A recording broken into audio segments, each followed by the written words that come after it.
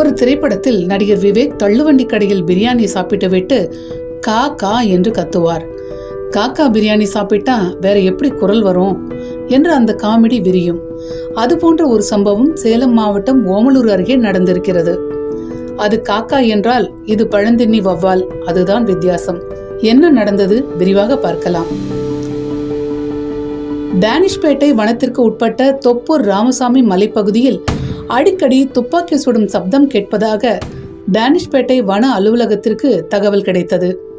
இந்த தகவலை அடுத்து வனச்சரகர் விமல்குமார் தலைமையிலான வனக்குழுவினர் ரோந்து பணியில் ஈடுபட்ட போது வனத்திற்குள் துப்பாக்கி சுடும் சப்தம் கேட்டது.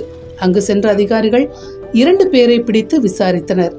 பிடிபட்ட இருவரும் டேனிஷ்பேட்டையை சேர்ந்த கமல் செல்வம் என்பதும் இவர்கள் பழந்தின்னி வவ்வால்களை வேட்டையாடுவதையே வேலையாக வைத்திருந்ததும் தெரிய வந்துள்ளது. வேட்டையாடும் வவ்வால்களை அங்குள்ள சிற்றுண்டி கடைகளுக்கு இவர்கள் விற்பனை செய்து வந்த அதிர்ச்சி தகவலும் வெளியாகியிருக்கிறது. இவர்களிடம் வாங்கிய வவ்வால்களை சமைத்து சில்லி சிக்கன் என்று கூறி இந்த கடைகள் விற்பனை செய்துள்ளன. இதையடுத்து 2 பேரையும் கைது செய்த வனத்துறையினர் நீதிமன்றத்தில் ஆஜர்படுத்தி சிறையில் அடைத்தனர். இப்போதுதான் வவ்வால்களை வேட்டையாடுவதாக இவர்கள் தெரிவித்தாலும் நீண்ட நாட்களாகவே இந்த வேலை நடந்திருப்பதாக வனத்துறையினர் சந்தேகிக்கிறார்கள். இவர்களிடம் வவ்வால்களை வாங்கி சமைத்த சிற்றுண்டி கடைகள் குறித்து இப்போது விசாரணை நடந்து வருகிறது. இத்தனை நாட்கள் சில்லி சிக்கன் என்று நம்பி சாப்பிட்டவர்களுக்கு என்னவானது, யாருக்கும் உடல்நிலை பாதிப்பு இருக்கிறதா என்றும் விசாரணை நடக்கிறது.